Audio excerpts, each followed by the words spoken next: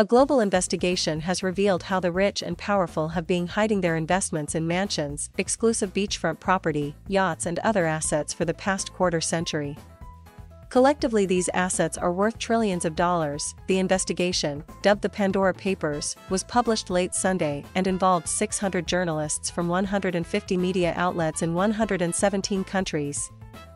The report by the International Consortium of Investigative Journalists brought promises of tax reform and demands for resignations and investigations, as well as explanations and denials from those targeted. Here is a look at some of those named in the investigation. The investigation found that advisors helped King Abdullah II of Jordan set up at least 36 shell companies from 1995 to 2017, helping the monarch buy 14 homes worth more than $106 million in the US and the UK. One was a $23 million California Ocean View property bought in 2017 through a company in the British Virgin Islands, a tax haven in the Caribbean. On Monday, Abdullah denied any impropriety in his purchase of luxury homes abroad. The allegations come as Abdullah seeks international aid to pull his impoverished country out of recession, and could unsettle Jordan's critical relationship with the international community. The country is seen as a stable, pro-Western bulwark in a volatile region, but it relies on billions in aid. Tony Blair, UK Prime Minister from 1997 to 2007, became the owner of an $8.8 million Victorian building in 2017 by buying a British Virgin Islands company that held the property, and the building now hosts the law firm of his wife, Sherry Blair. According to the investigation, the two bought the company from the family of Bahrain's Industry and Tourism Minister, Zaid bin Rashid Al Zayani.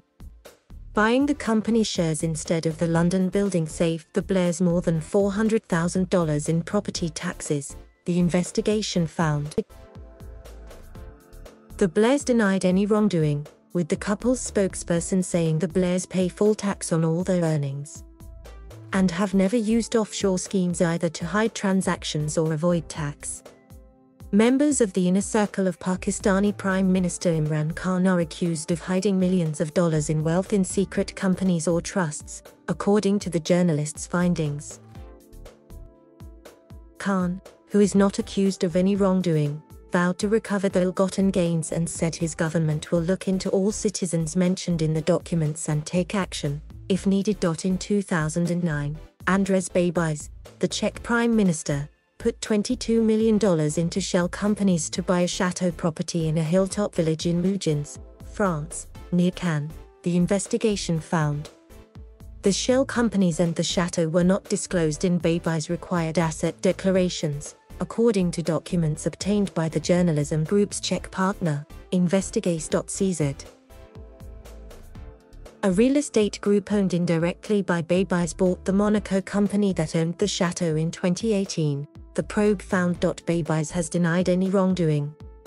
He said the report was meant to harm him ahead of the Czech Republic's parliamentary election being held on Friday and Saturday. Montenegro's President Milo Đukanović and his son in 2012 allegedly established a trust and hid their wealth in a complicated network of companies, according to the investigation.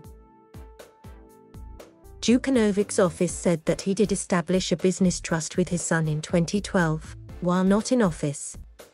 After he became the Prime Minister later the same year, Đukanović transferred all the rights to his son, the office said.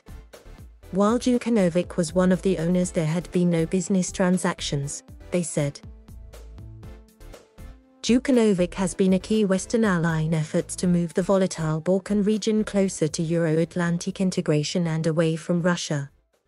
After steering Montenegro to independence from Serbia in 2006, Đukanović led his nation of 600,000 into NATO in 2017. Montenegro is now seeking European Union membership.